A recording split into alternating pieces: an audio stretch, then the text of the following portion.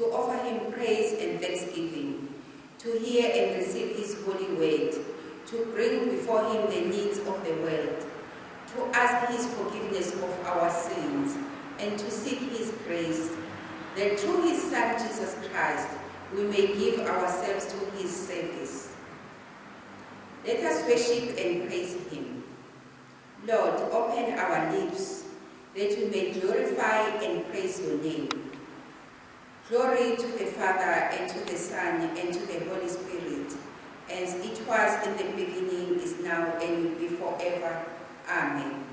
Praise the Lord.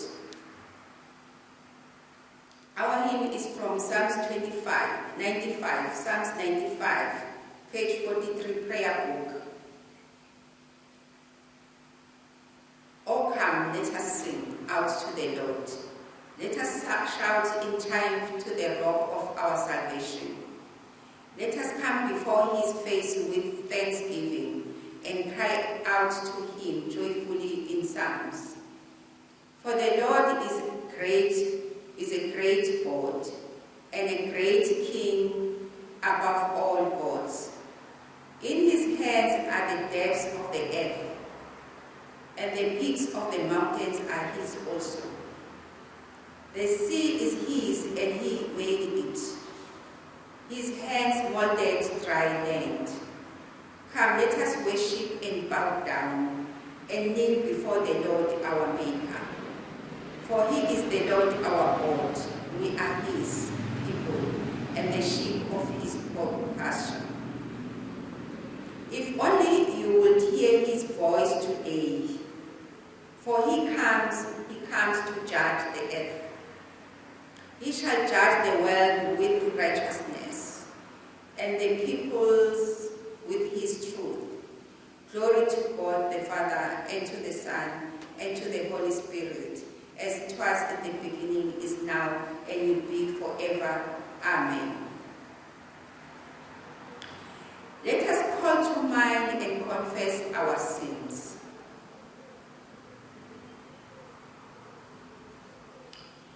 Almighty God, our Heavenly Father, in penitence we confess that we have sinned against you through our own fault, in thought, word, and deed, and in what we have left undone.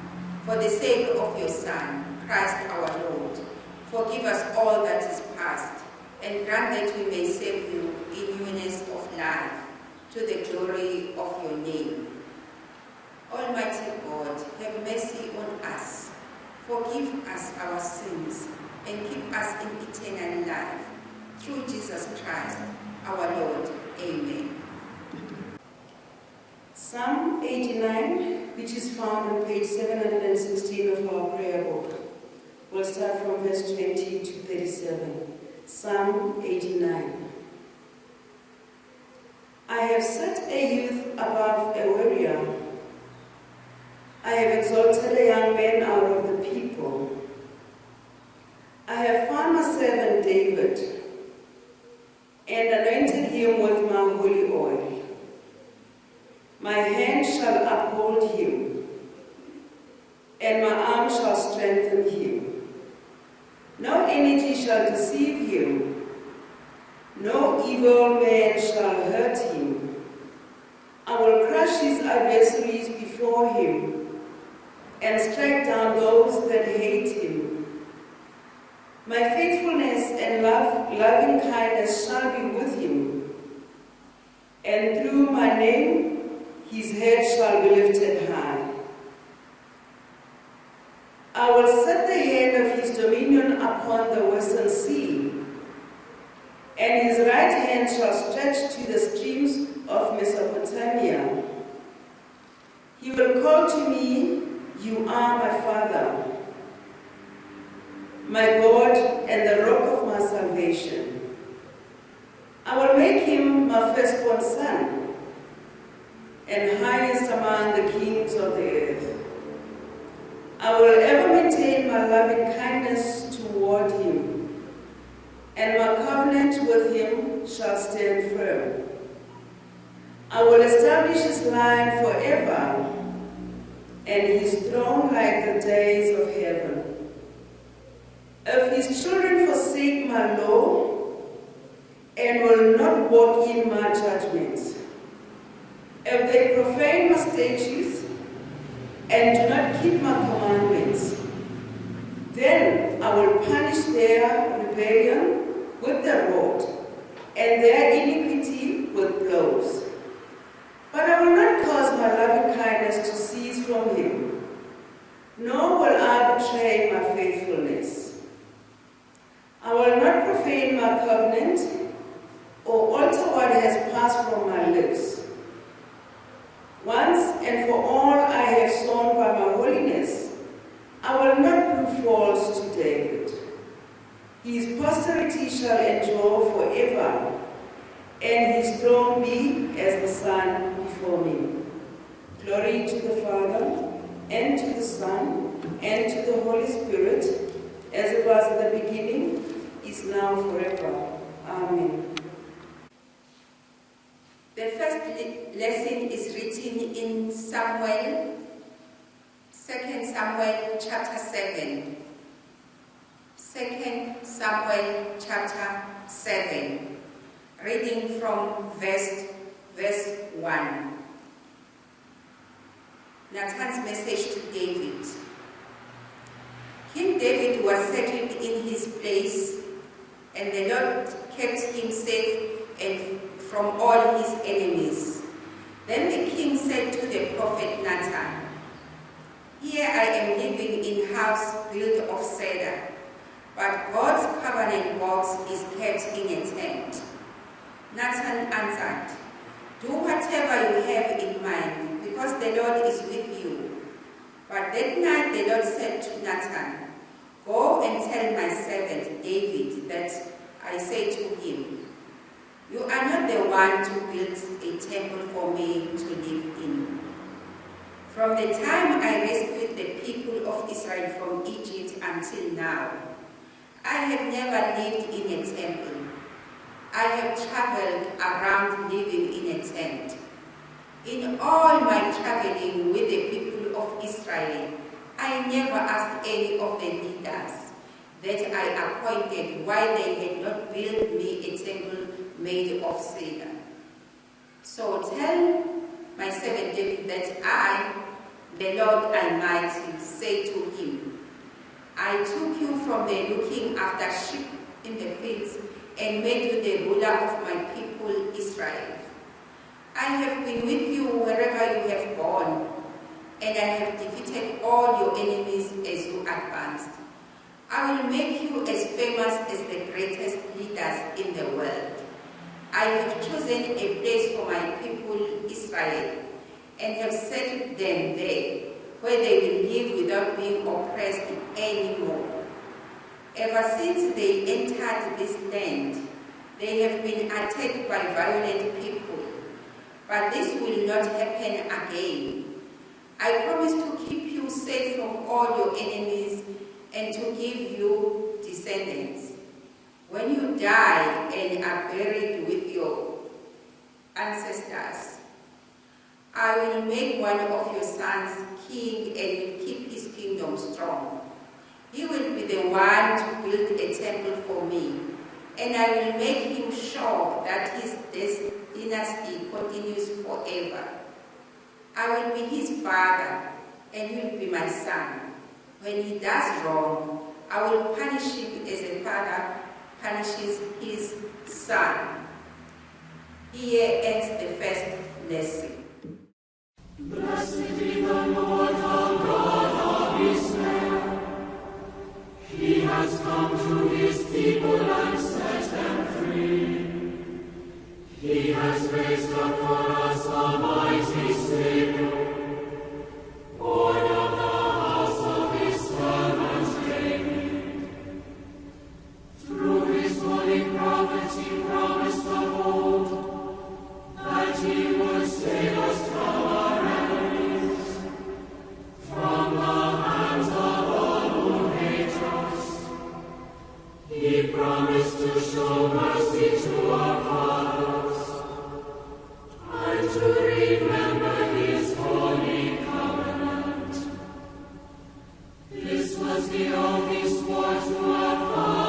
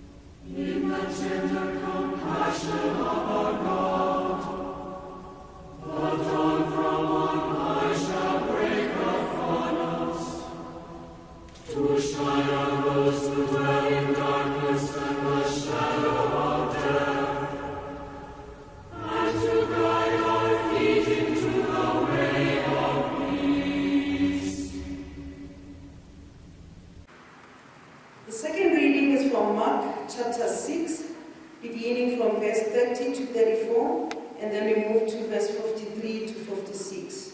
Mark chapter 6, verse 30. The apostles returned and met with Jesus and told him all they had done and taught. There were so many people coming and going that Jesus and his disciples didn't even have time to eat. So he said to them, "Let us go off by ourselves to some place where we will be alone and you can rest for a while." So they started out in a boat by themselves for a lonely place. Many people, however, saw them leave and knew at once who they were. So they went from all the towns and ran ahead by land and arrived at the place ahead of Jesus and his disciples. When Jesus got out of the boat, he saw this large crowd, and his heart was filled with pity for them, because they were like sheep without a shepherd. So he began to teach them many things.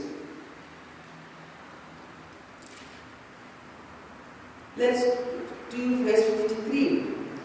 They crossed the lake and came to land at Gennesaret, where they tied up the boat. As they left the boat, people recognized Jesus at once. So they ran throughout the whole region, and wherever they heard he was, they brought to him sick people lying on their mats. And everywhere Jesus went to villages, towns, or farms, people would take those who were ill to the marketplaces and beg him to let them at least touch the edge of his cloak. And all who touched it were made well. Here ends the second reading. You are God, we praise you. You are the Lord, we acclaim you. You are the eternal Father. All creation worships you. To you, all angels, all the powers of heaven, cherubim and seraphim sing in endless praise. Holy, holy, holy Lord, God of power and might, heaven and earth are full of your glory. The glorious company of apostles praise you. The noble fellowship of prophets praise you. The white-robed army of martyrs praise you. Let us affirm our faith by saying the Apostles' Creed on page 48 of our Anglican prayer book. I believe in God, the Father Almighty, creator of heaven and earth. I believe in Jesus Christ, his only Son, our Lord. He was conceived by the Holy Spirit and born of the Virgin Mary. He suffered under Pontius Pilate and was crucified, died, and was buried. He descended to the dead. On the third day he rose again. He ascended into heaven and is seated at the right hand of the Father. He will come again to judge the living and the dead. I believe in the Holy Spirit, the Holy Catholic Church, the communion of saints, the forgiveness of sins, the resurrection of the body, and the life everlasting. Amen. Let us pray. Lord, have mercy. Christ, have mercy. Lord, have mercy. Our Father in heaven, hallowed be your name. Your kingdom come, your will be done on earth as in heaven. Give us today our daily bread, and forgive our sins, as we forgive those who sin against us. Save us from the time of trial, and deliver us from evil. For the kingdom, the power, and the glory are yours, now and forever. Amen. Lord God, we ask you to give us your blessing to your church, holiness to the world, peace to this nation, justice, and to all people knowledge of your law. Keep safe our families, protect the weak, heal the sick, comfort the dying, and bring us all to a joyful resurrection. We ask these things through Jesus Christ our Lord. Amen. And let us say a collect for today. O God, you sent your Son to heal and bring peace. Give us the stillness that restores our spirits and the grace that brings healing through Jesus Christ our Lord, who lives and reigns with you in the Holy Spirit, one God, now and forever. Amen. And let us say the collect for the morning. Eternal God and Father, by whose power we are created, and by whose love we are redeemed, guide and strengthen us by your Spirit, that we may give ourselves to your service and live this day in love for you and one another, through Jesus Christ our Lord. Amen. Almighty and everlasting Father, you have safely brought us to the beginning of another day. Defend us by your mighty power, that we may be kept free from all sin and safe from every danger, and enable us this day to do only what is right in your eyes. Through Jesus Christ our Lord. Amen. May I speak in the name of God, Father, Son, and Holy Spirit. Amen. Today's Gospel reading makes reference to an incident or a time where the disciples went to Jesus and gave a report of what they had done. And I'm going to base it to verse 31 of the reading, where it says, "Then because so many people were coming and going, that they did not even have a chance to eat, he said to them, 'Come with me by yourselves to a quiet place and get some rest.'"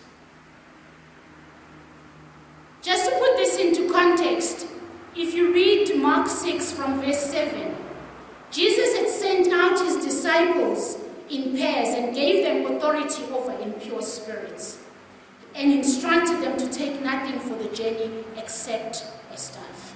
Now they are back to give report to Jesus. And I want to say to the church this morning, this is our invitation from Jesus that says we must come with him to a quiet place and get some rest.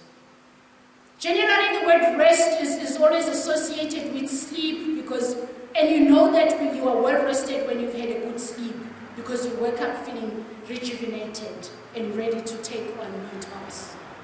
But today, the rest I'm talking about is the rest that is found in Jesus Christ.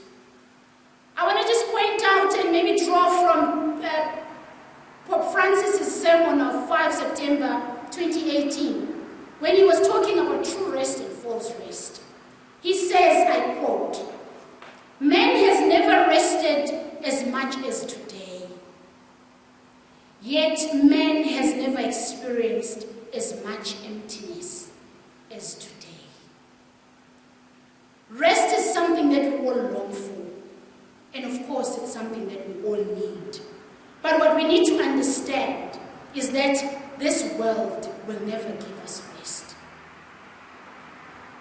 I'm here talking about rest that takes away our fears. Rest that gives us a sense of stability to face the future with confidence regardless of what is happening around us. Rest that heals our spirit and makes us whole. And that rest can only be found in our Savior, Jesus Christ. In the world engulfed with unrest, fear, and other forms of suffering, it is encouraging to hear Jesus inviting us in Matthew chapter 11, verses 28 to 30. Jesus says, "Come to me, all who are weary and burdened, and I will give you rest. Take my yoke upon you and learn from me, for I am gentle and humble, and you will find rest for your soul." I am gentle and humble in heart, and you will find rest for your soul. It's time we surrender our lives to Him. And as I was preparing this sermon, I was actually reminded of a hymn titled, "I Need Thee Every Hour."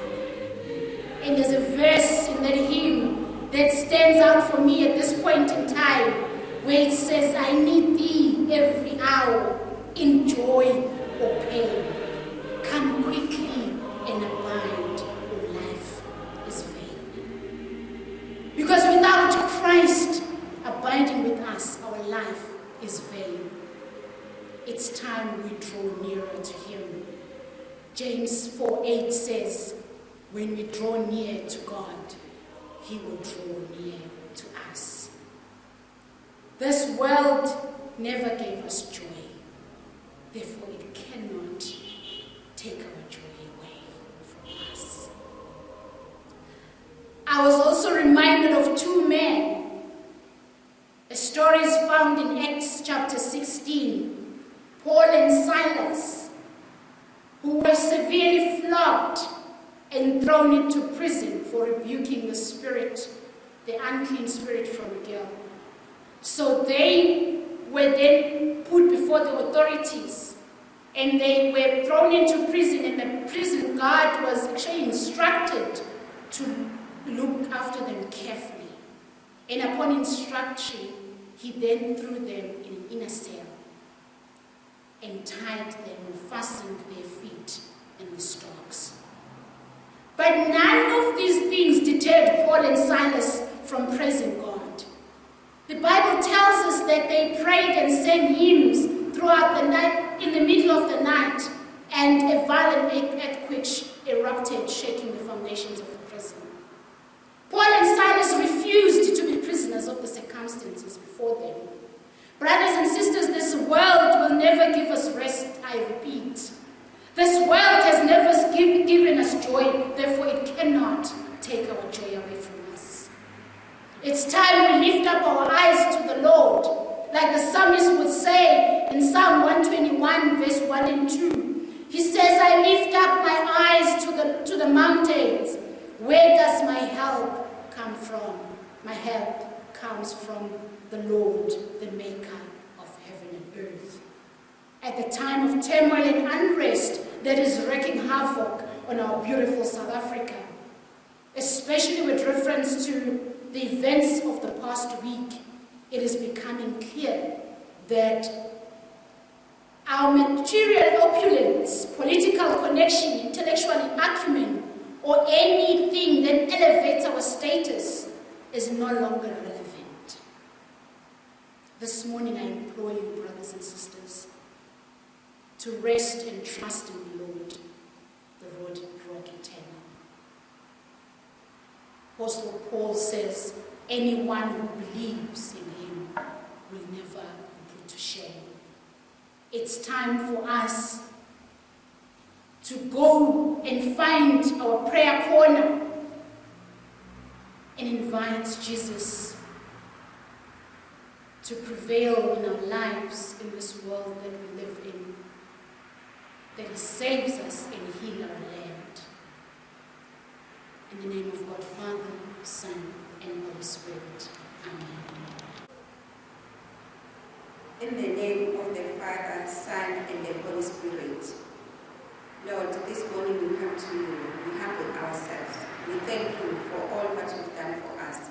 We thank you even in this time because we see you. There is no one like you, Father. We thank you.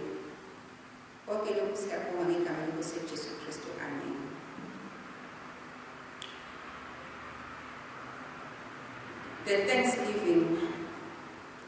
Blessing and honor and thanksgiving and praise, more than we can utter, more than we can understand, be to you, O holy and glorious Trinity, Father, Son, and Holy Spirit, from all angels, all people, all creatures, forever and ever. God of all power, we acclaim you. Lord of all praise, we worship you. We are not worthy of you, yet your goodness makes us praise you and give you thanks. We praise you for the life you have given us and for all the blessings we have received at your hands. Above all, we give you thanks for your Son, Jesus Christ, for the grace and hope which his death and resurrection have brought to us. We ask this of you, our Father, that we may never forget your goodness to us, and that we may show our thankfulness, not only in words, but by the service of our lives, both now and in all eternity. Prayer for intercession and petition. Heavenly Father, your Son has promised that whenever we pray in his name, you will hear us. Answer our prayers as may be best for us, granting us in this world the knowledge of your truth, and in the world to come the fullness of eternal life, through Jesus Christ our Lord.